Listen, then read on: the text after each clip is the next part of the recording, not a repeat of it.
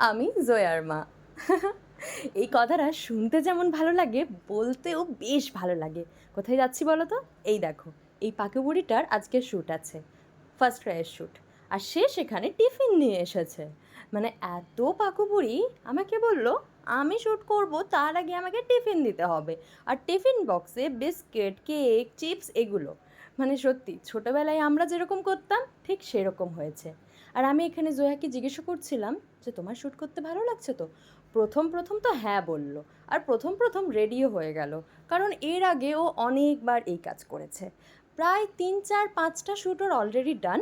আর এটা হয়তো 6তম কি 7। কিন্তু আজকের দিনটায় জয়া একটু হলেও ঘ্যান ঘ্যান করছিল।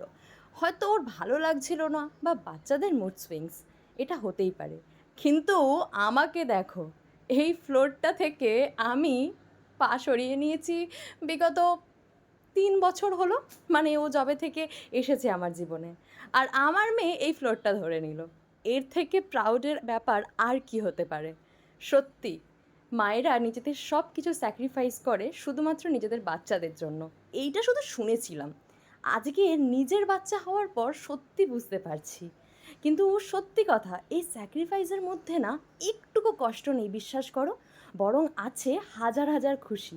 যখন এই জায়গাতে নিজের মেয়েকে দেখি, আর প্রত্যেকটা প্ল্যাটফর্মে দেখতে পাই, ভালো ভালো প্ল্যাটফর্ম, বড় বড় প্ল্যাটফর্মে নিজের মেয়ের ছবি, মেয়ের মুখ আর মেয়ের অ্যাড, ফেসবুক খুলতে, ইনস্টা খুলতে, সব জায়গাতে, তখন না গর্বে বুকটা ফেটে যায়। সত্যি আমি অনেক প্রাউড মম, অনেক।